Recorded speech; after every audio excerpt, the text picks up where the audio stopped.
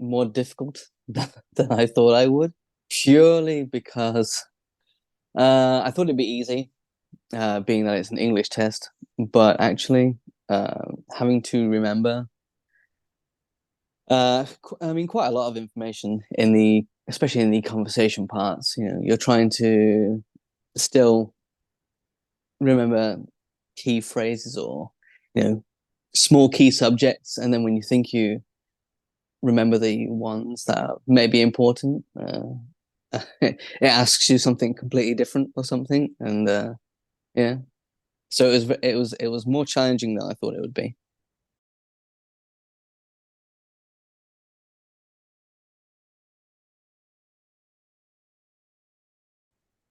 Yes. Definitely the questions where you had to listen to the scenario, the one in particular when it was about Alex going to university.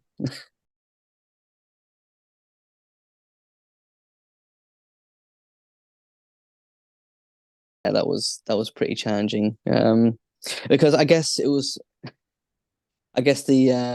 some of the passages were the first two were fine. I think by the time I got to the third one, I was trying to think of so much or remember so much that I could only remember one of the parts.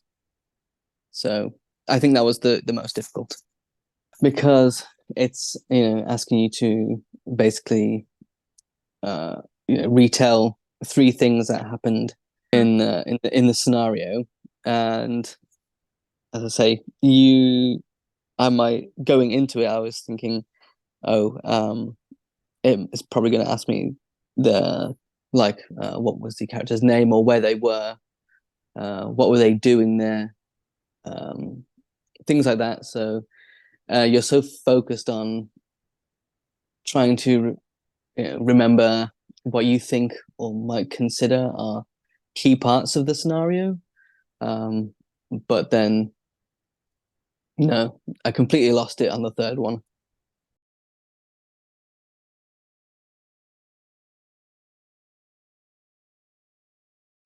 Yeah, I think so.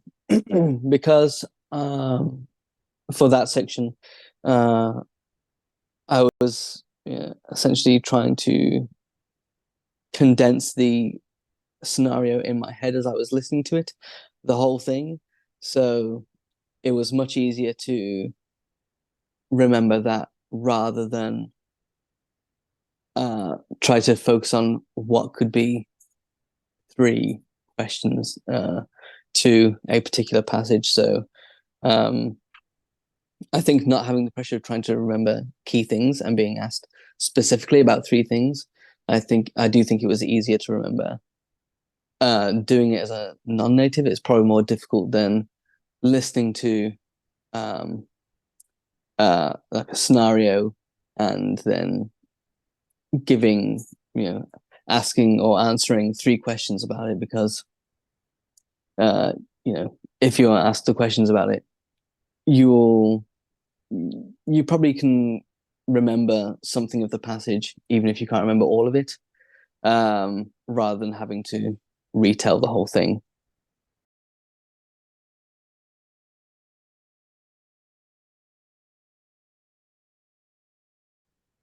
I'm not sure I would really call it strategies, really. My focus was during the scenarios where you had to answer three questions about it, I basically tried to interpret what I would think are key moments within the story. For example, in the one story, the lady went to the art exhibition. So when it was going along, as soon as I heard art exhibition, I was thinking, okay, that's a location. They might ask that. Of course, when it goes on to say, she forgot her camera, it's picking out little things like that in a sentence, which I thought these are probably going to be key parts.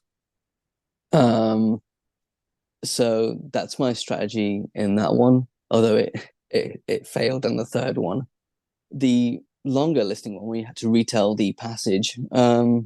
Again, I'm not really sure I can call it a strategy as such, as a native speaker. I suppose as I was listening to it, I was able to just, in my head, sort of create a condensed version it going along. So while I couldn't retell the whole thing word for word, I had a pretty good concept of what happened. I didn't really visualize it too much, but in my head I was thinking more of just keywords. For the last one, for example, I was saying Lily and Emma, I believe it was. So the story was sort of like, Lily and Emma are great friends, etc. And they do everything together. And so I was just trying to condense in my head. So it's like, Lily and Emma, they do things together. They tell each other secrets. They were playing video games. They had an argument, things like that. And then when it comes to answering the question, I can just try and flesh it out a bit more.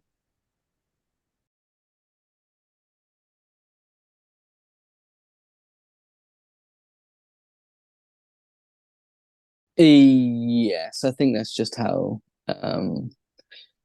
it came to me naturally. And that's because trying to listen to these passages and retell them completely word for word is still difficult for native speakers. So getting the scenario correct, but sort of retelling it in a way that's easy for you to communicate is a lot easier than trying to tell it word for word. Plus, I think it sounds more natural.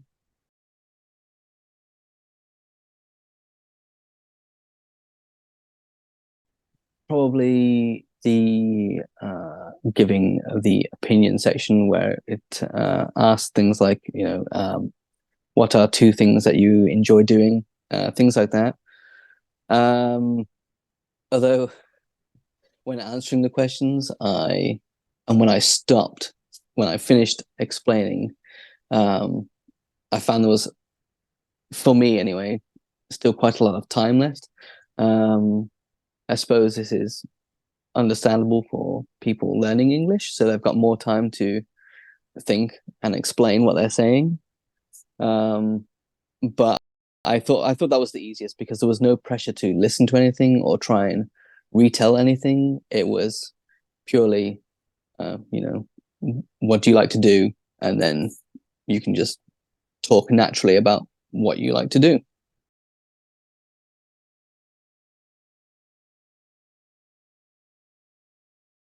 I guess so, because it just said, for example, the questions were phrased like, name two things that you like to do. I guess if I were taking similar exams as a native growing up, like our exams over here, a lot of things are always questions like, name two things you like to do and why. So, that would sort of prompt you to go into detail rather than just naming or just explaining two things you like to do, for example.